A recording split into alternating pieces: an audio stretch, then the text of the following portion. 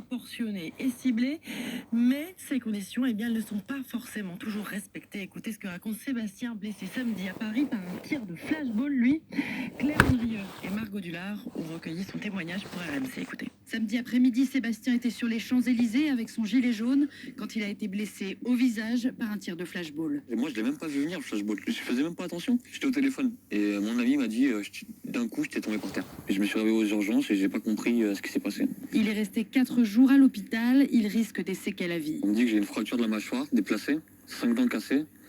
J'ai une plaque et des vis à ce niveau-là dans la mâchoire. Ils savent pas si je vais récupérer cette partie-là. Sébastien compte porter plainte contre la police et demande au gouvernement d'arrêter l'usage des lanceurs de balles de défense.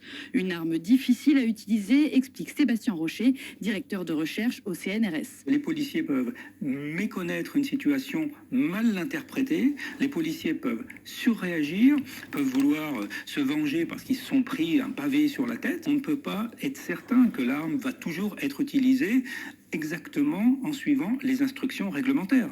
Et d'après ce spécialiste du maintien de l'ordre, les suites judiciaires de ces violences policières prennent aujourd'hui une ampleur inédite. On n'a jamais dans le passé connu une documentation aussi exhaustive et aussi précise de l'utilisation de la violence par la police. Et ça va forcément avoir des conséquences à la fois face à l'opinion publique et aussi devant les cours de justice. Plus de 70 enquêtes ont déjà été ouvertes par la police des polices depuis le début du mouvement des Gilets jaunes. Sur ce sujet, on attend aussi vos témoignages au 32-16. Et puis on parle ce matin de cette proposition. Est-ce qu'il ne faudrait pas indexer les loyers en fonction de la vétusté ?